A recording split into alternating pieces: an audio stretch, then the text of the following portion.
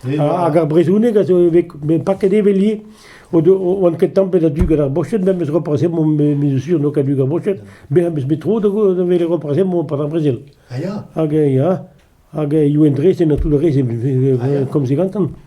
No e amañ e kastel pe da Ket, me herbe chonet eus an brieg, yo a dustu gout ar brezel, an blavez kar an c'hwech da ugen mate, pe 6 da ugen, pa bet a c'hongre interceltik kenta, quoi.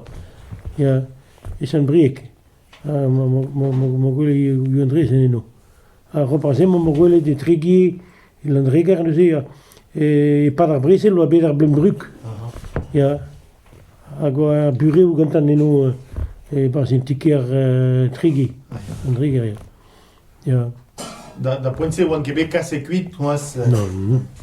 Non, gout eze, même eo dre ben e unan eo e akuit, ya, me noa ket da du gant ar bochet, tamm bet nimit a indi ar bochet du ar vistri.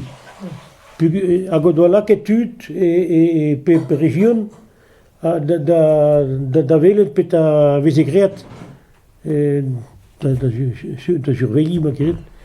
Hag oa laket deom me roazoun unan hag a yo a an eskol celtik en Allemagne.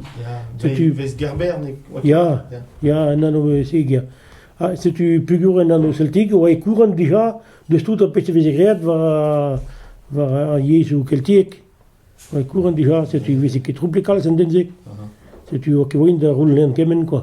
En dal veze roule da bochet kemen makelm, me a bisou veze kevoin da roule deo kemen. Veze c'hoant, setu ran kem senti out on tambik.